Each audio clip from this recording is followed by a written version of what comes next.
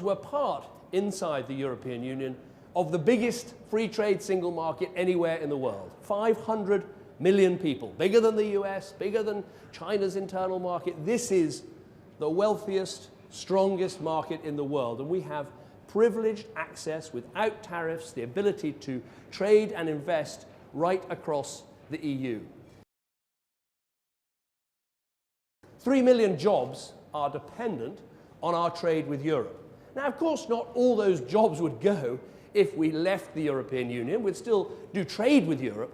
But can we really put our hands on our hearts and say all those jobs would be safe? That we wouldn't be disadvantaged if we were on the outside? I don't believe we can.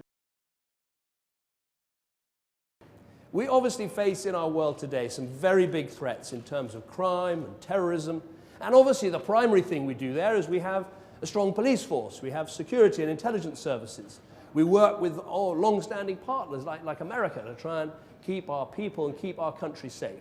But I can tell you, as your Prime Minister, I've seen so many times how the border information we exchange with other European countries, how the criminal records information we exchange with other countries, this helps to keep us safe.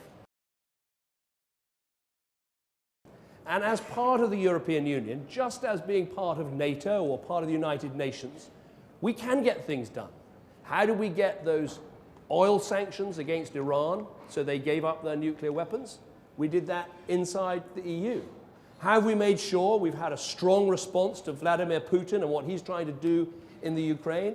We've had sanctions set out inside the EU. How have we stopped our ships being attacked as they go around the coast of Africa and Somalia? We've done that through NATO, but also through the EU. So I believe we are stronger in the world if we're part of a reformed European Union.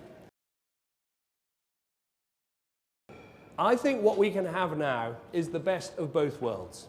Inside the bits of the EU that work for us, inside the single market, inside the political cooperation to get things done, inside those things that keep us safe against terrorists and criminals, but not in the single currency, not in the Schengen no borders system, not in an ever closer political union. We have the best of both worlds.